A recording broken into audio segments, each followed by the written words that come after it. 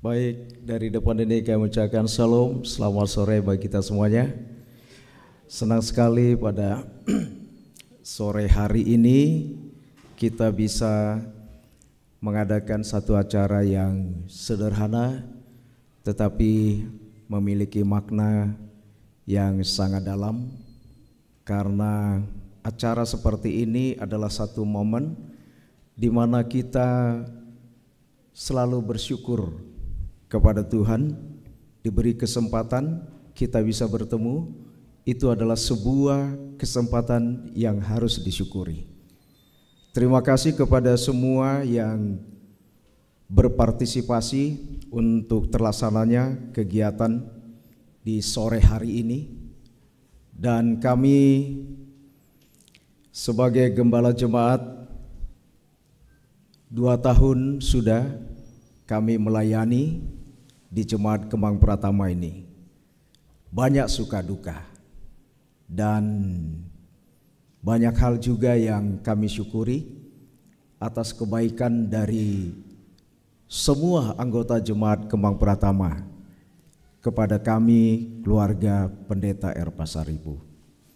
Tidak menutup kemungkinan dari pelayanan yang kami lakukan, tidak salah kami menyampaikan mohon maaf jika selama 1 tahun ini di 2024 banyak hal yang masih perlu kami perbaiki.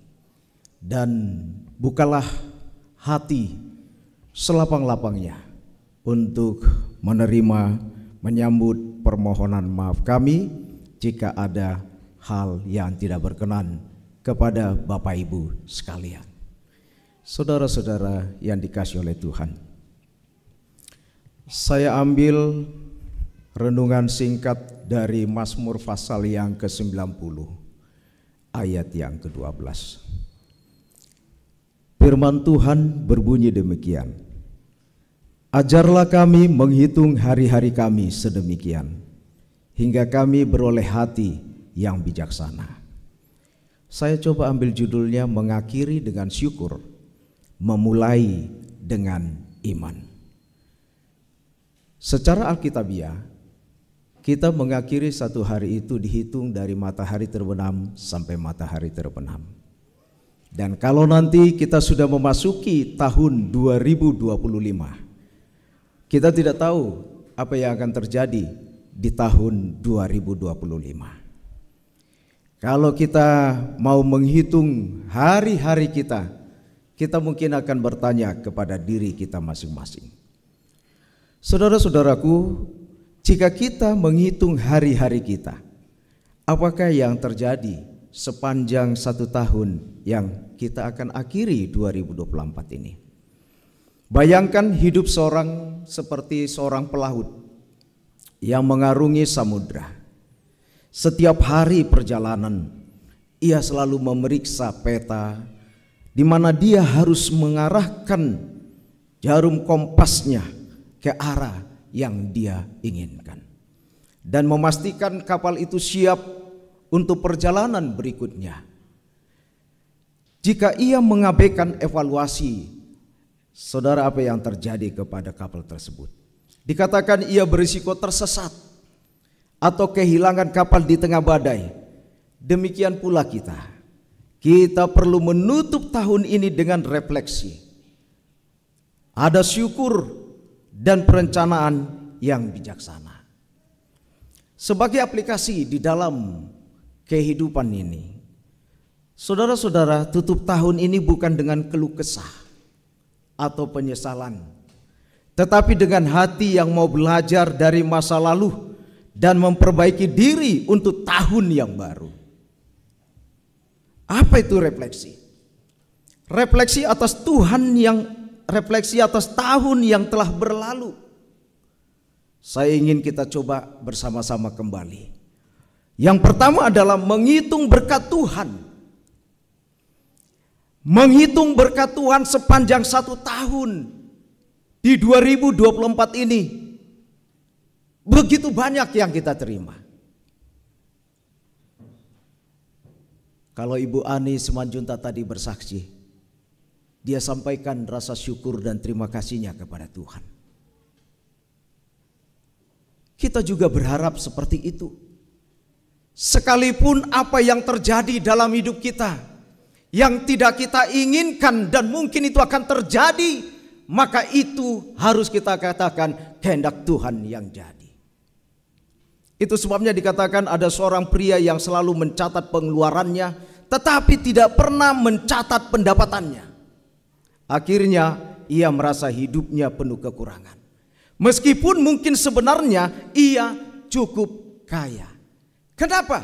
Karena dia hanya menghitung pengeluaran atau mencatat pengeluarannya, tetapi dia tidak pernah mencatat pendapatan ataupun berkat yang dari Tuhan. Kadang-kala kita juga seperti itu. Saudara-saudara, kita sering begitu karena kita terlalu sibuk memikirkan apa yang hilang, tetapi lupa menghitung berkat yang sudah Tuhan berikan bagi kita. Kadang-kala kita mungkin berpikir, kenapa ini harus terjadi dalam hidup saya? Kenapa Tuhan? Padahal dibalik daripada yang terjadi dalam hidup kita mungkin saat ini, ada sesuatu yang kita tidak sadari, bahwa berkat itu telah menuntun hidup kita hingga akhirnya kita bisa melewati 2024 ini. Saudara-saudara, kita renungkan, berapa banyak hari di tahun ini yang Tuhan sudah pelihara hidup saudara dan saya. Apakah Anda masih memiliki keluarga?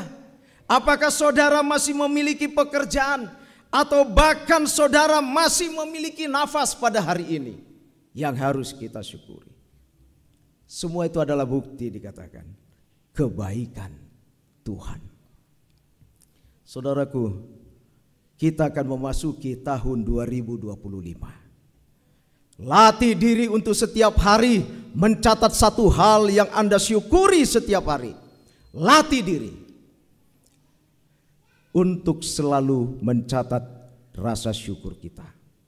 Yang kedua, belajar dari kesalahan dan kegagalan. Jika kita baca Amsal pasal 24 ayat 16, ada satu kisah seorang anak kecil yang belajar berjalan dikatakan tidak akan pernah berhasil jika ia takut jatuh. Ia bangun, mencoba lagi hingga akhirnya bisa berdiri. Itu adalah seorang anak kecil yang sedang belajar berjalan. Dia pasti akan jatuh, saudara. Dia pasti akan jatuh. Tetapi ketika dia merasa dirinya terjatuh, maka dia akan berusaha untuk bangkit kembali. Demikian juga kita. Mungkin di tahun 2024 begitu banyak problem yang kita hadapi. Masalah bisnis kita mungkin terganggu, tapi saudara percayalah, ketika engkau merasa itu sebuah kesalahan, kegagalan, maka engkau bangkit bersama dengan kuasa Tuhan, engkau akan mendapatkan berkat itu. Yang harus kita tetap percaya kepada Dia. Begitu juga dalam hidup kita. Kegagalan bukanlah akhir, tetapi pelajaran untuk melangkah lebih baik lagi. Saya dan kita semua berdoa, memohon supaya di tahun 2025 yang sebentar lagi kita akan jalani, kita bisa hidup lebih baik lagi. Amin. Kita bisa mendapatkan lagi sukacita di dalam nama Tuhan, supaya kita juga merasakan kebahagiaan selama menjalani tahun 2025. Saudara-saudara, apa evaluasi yang harus kita lakukan? Evaluasi yang kita lakukan dalam diri kita, dalam diri saya, saudara yang hadir pada hari ini, dan bagi saudara-saudara mungkin yang mengikuti streaming. Apa saja kesalahan atau kelemahan Anda di tahun ini? Ini boleh kita tulis, kita doakan. Dan kita buat rencana konkret untuk mengatasinya di tahun baru. Apa kesalahan yang sudah saya lakukan? Apa kesalahan, kekurangan yang harus kita tulis, lalu kita punya komitmen tahun 2025 saya akan menjadi pribadi yang lebih baik lagi. Harus bisa seperti itu. Ya. Jangan biarkan rasa bersalah atau kecewa menghalangi langkah Anda ke depan. Karena ini yang diinginkan Tuhan. Yang ketiga dikatakan bertobat dan berserah kepada Tuhan. Saudaraku, seorang petani tidak akan pernah menanam benih di tanah yang penuh batu atau duri. Ia harus membersihkan tanah terlebih dahulu. Dan hidup kita perlu dibersihkan melalui pertobatan agar siap menerima berkat Tuhan di tahun baru ini. Ya, memang jadi tantangan saja kepada kita. Kadang-kala kita ingin ada perubahan dalam diri, tapi sering kita mengandalkan kekuatan kita, saudara, kita akan jatuh kembali. Kalau kita mengandalkan kekuatan dari Tuhan, maka kita yang menginginkan ada perubahan di dalam diri kita, di dalam diri saudara dan saya, maka Roh Kudus Tuhanlah yang memampukan kita untuk kita bisa menjadi pribadi yang lebih baik. Sebelum memasuki tahun baru dikatakan, mintalah pengampunan Tuhan atas dosa-dosa saudara dan saya. Akhiri tahun ini dengan hati yang bersih. Kalau masih ada saudara membenci satu dengan yang lain, akhiri hari ini. Kita akan memasuki tahun 2025 untuk kita bisa bersama-sama tertawa, bercanda sambil menantikan kedatangan Tuhan yang segera itu. Tinggalkan dosa-dosa yang menghalangi hubungan Anda dengan Tuhan. Kita tinggalkan. Saudara tidak tahu dosa apa yang ada dalam diri saya. Mungkin pergumulan itu kita pribadi lepas pribadi. Tapi ketika ada orang melihat kita, mungkin yang harus ada kita perbaiki. Kita harus mau belajar untuk memperbaikinya. Dan yang berikutnya adalah bagaimana kita untuk mempersiapkan diri untuk tahun yang baru. Kalau tahun yang lama sudah akan kita akhiri, 2024 sebentar lagi kita akan akhiri. Kita melangkah masuk di tahun 2025. Yang pertama, menyerahkan rencana itu kepada Tuhan. Apa rencana kalian?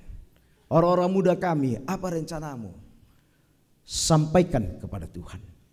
Menyerahkan rencana kepada Tuhan. Seorang pembangun rumah tidak akan memulai pekerjaan tanpa cetak biru. Cetak biru itu memastikan dikatakan semua berjalan sesuai dengan rencana. Begitu pula hidup kita. Rencana Tuhan adalah cetak biru yang terbaik yang harus kita minta daripada Dia. Lalu apa yang kita lakukan? Doakan setiap rencana Anda untuk tahun yang baru. Doakan. Tidak putus-putusnya saudara berdoa memohon supaya rencana-rencana yang saudara rencanakan untuk tahun 2025, maka Tuhan akan memberikan jawaban satu persatu. Doakan setiap apa yang Anda inginkan di tahun yang baru. Jangan hanya fokus dikatakan pada target duniawi, tetapi pastikan rencana Anda sejalan dengan kehendak Tuhan. Ini penting bagi kita. Dan yang berikut, bagaimana saya untuk mempersiapkan diri tahun yang baru. Yang kedua, menjadi manusia baru dalam Kristus. Seorang pelukis dikatakan yang tidak puas dengan lukisannya bisa memulai dengan kanvas baru. Tuhan memberi kita kesempatan untuk meninggalkan masa lalu dan memulai hidup baru di dalam Dia. Lakukanlah sebuah perubahan yang nyata. Kalau Tuhan memberikan saudara dan saya kesempatan untuk menjadi pribadi yang lebih baik lagi, lakukanlah hari ini. Jangan saudara tunda-tunda, supaya semua indah pada waktunya. Lakukan perubahan nyata, tinggalkan kebiasaan buruk. Apa kebiasaan buruk saudara dan saya? Saudara yang tahu. Kebiasaan buruk saudara, saudara yang tahu dengan Tuhan. Tinggalkan dikatakan.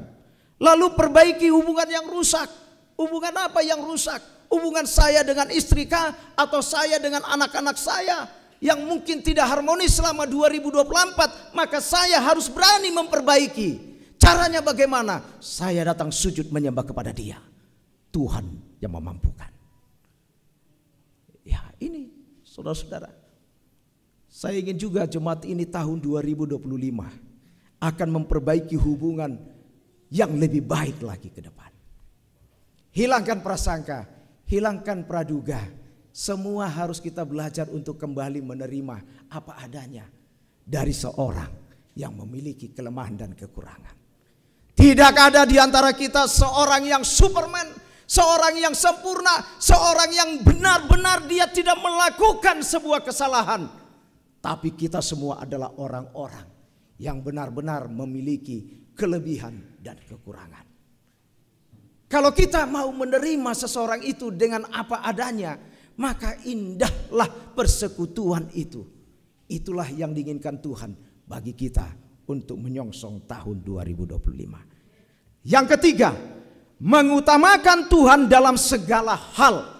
Ini penting sekali untuk diingatkan kepada kita. Apalagi sebagai pelayan-pelayan Tuhan yang dipercayakan untuk nanti 2025. Bekerjalah bukan karena untuk mengandalkan dirimu, tapi bekerjalah untuk memuliakan nama Tuhan saja. Dikatakan seorang pengusaha sukses berkata, saya tidak pernah lupa berinvestasi pada yang terpenting lebih dahulu. Dalam hidup kita ini, investasi terbaik adalah waktu dan hati yang diberikan kepada Tuhan. Kita berikan hati kita kepada Tuhan. Kita berikan waktu yang diberikan Tuhan kepada kita. Maka kita gunakan waktu itu bukan hanya untuk kesenangan diri kita, tetapi untuk Tuhan di dalam pelayanan kita. Buatlah jadwal baru di tahun mendatang. Sisihkan waktu untuk berdoa. Kalau 2024 kita mungkin ragu atau masih jarang sekali untuk berdoa, maka kita ambil waktu untuk berdoa. Mungkin di tahun 2024 pembacaan firman Tuhan, mungkin saya jarang untuk baca firman Tuhan, maka mulai tahun 2025 saya kembali lagi membaca firman Tuhan. Atau mungkin kita di tahun 2024 masih kurang di dalam pelayanan, tapi ketika Tuhan memanggil saudara dan saya, maka prioritaskan Tuhan di atas segalanya. Inilah yang diinginkan Tuhan dan inginkan kepada kita semua. Saudara-saudaraku yang dikasihi oleh Tuhan, Jemaat Kemang Pratama yang diberkati, dan tamu-tamu kami yang hadir bersama dengan kami pada hari ini. Percayalah, di balik suka duka yang kita jalani dalam hidup ini, ada kebahagiaan tersendiri.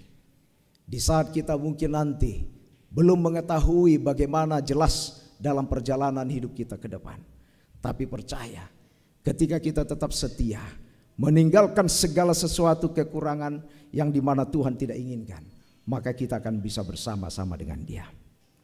Sebagai penutup, hidup kita ini seperti sebuah buku dikatakan. Tahun yang lama adalah bab yang telah selesai, dan tahun yang baru adalah halaman yang kosong. Tuhan memberi kita pena untuk menulis cerita baru bersama dengannya. Apa yang akan Anda tulis nanti di tahun 2025? Saya berharap, saya ingin semua kita yang hadir pada hari ini, marilah kita menuliskan cerita yang indah bersama dengan Tuhan kita. Dan sebagai evaluasi dan yang kita renungkan, apa yang perlu diubah atau diperbaiki dari tahun ini, kita tuliskan komitmen kita yang baru. Buat daftar komitmen rohani saudara, seperti lebih setia berdoa, setia melayani, atau mengasihi sesama. Dan doakan di tahun yang baru, bawalah rencana dan harapan Anda kepada Tuhan, dan mintalah pimpinannya. Semoga Tuhan, Allah yang kita sembah, Allah yang maha kuasa, yang akan menuntun hidup kita, membimbing hidup kita, dan kita bisa menjalani tahun 2025.